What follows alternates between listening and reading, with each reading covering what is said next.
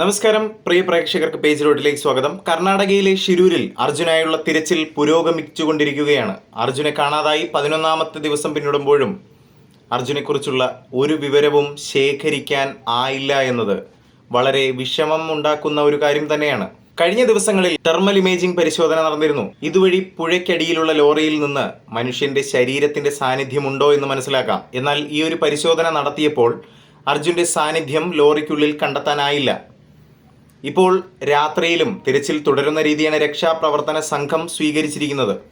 ഇതുവഴി രാത്രിയിലെ തണുത്ത അന്തരീക്ഷത്തിൽ ശരീരത്തിന്റെ ഊഷ്മാവ് തിരിച്ചറിയുന്ന ഉപകരണം ഉപയോഗിച്ച് മനുഷ്യ ശരീരത്തിന്റെ സാന്നിധ്യം വെള്ളത്തിനടിയിലുണ്ടോ എന്ന് പകൽ പരിശോധിക്കുന്നതിനേക്കാൾ എളുപ്പത്തിൽ മനസ്സിലാക്കാൻ കഴിയുമെന്നതാണ് രാത്രി പരിശോധന നടത്തുന്നത് കൊണ്ടുള്ള ഒരു പ്രയോജനം. അർജുന്റെ അപകടത്തിൽപ്പെട്ട ലോറിയുടെ പിൻഭാഗം അടർന്നു മാറിയിട്ടുണ്ടെന്നതാണ് ഇപ്പോൾ മനസ്സിലാക്കാൻ കഴിയുന്നത്.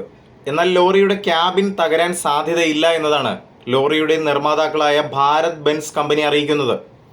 അതുകൊണ്ട് തന്നെ അർജുന്റെ സാന്നിധ്യം ലോറിയുടെ ക്യാബിൻ്റെ ഉള്ളിൽ തന്നെ ഉണ്ടാകാൻ ആണ് സാധ്യത ഏറെ എന്നും നമുക്ക് മനസ്സിലാക്കാം. ലോറിയിൽ ലോഡായി കയറ്റിയിരുന്ന മരത്തടികൾ പുഴയിലൂടെ ഒഴുകി തൊട്ടടുത്തുള്ള ഗ്രാമത്തിലെത്തിയിരുന്നു.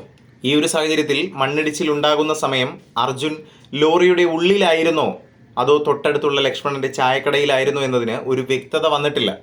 വാഹനം സംഭവ സ്ഥലത്ത് നിർത്തിയിട്ടതിന് ശേഷം അതിനുള്ളിൽ കിടന്നുറങ്ങിയെന്നും മൊഴികൾ ലഭിച്ചിട്ടുണ്ട്.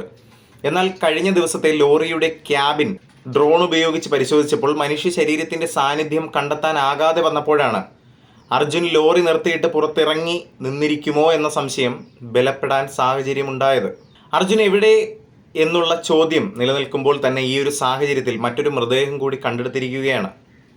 DNA പരിശോധനയ്ക്ക് അയച്ച മൃതദേഹത്തിൻ്റെ റിപ്പോർട്ടുകൾ തിരികെ വരുമ്പോൾ അതിൽ നിന്ന് മനസ്സിലാകുന്നത് ടാങ്കർ ഡ്രൈവറായ ഷൺമുഖത്തിൻ്റെ മൃതദേഹമാണ് അത് എന്നാണ്. ഷൺമുഖൻ ലോറി നിർത്തിയിട്ട് ലക്ഷ്മണന്റെ കടയിലേക്ക് പോയതാണ്. അപ്പോഴാണ് അപകടം സംഭവിക്കുന്നത്.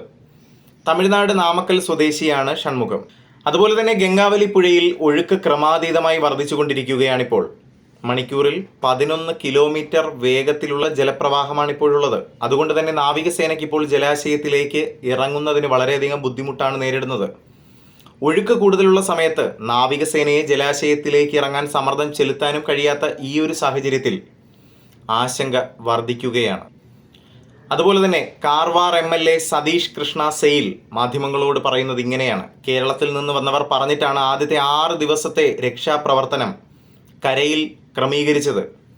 എന്നാൽ അർജുന് പുറമെ 2 പേരെയും കണ്ടെത്തേണ്ട ദൗത്യമാണ് ദൗത്യസംഘം ഏറ്റെടുത്തിരുന്നതെന്നും ലോറിയിലെ GPS സിഗ്നൽ കരയിൽ നിന്നാണ് ലഭിക്കുന്നതെന്നും മലയാളികൾ പറഞ്ഞു. അതിൻ്റെ അടിസ്ഥാനത്തിലാണ് ലോറിക്കും അർജുനും വേണ്ടിയുള്ള തിരച്ചിൽ കരയിൽ ക്രമീകരിച്ചത്.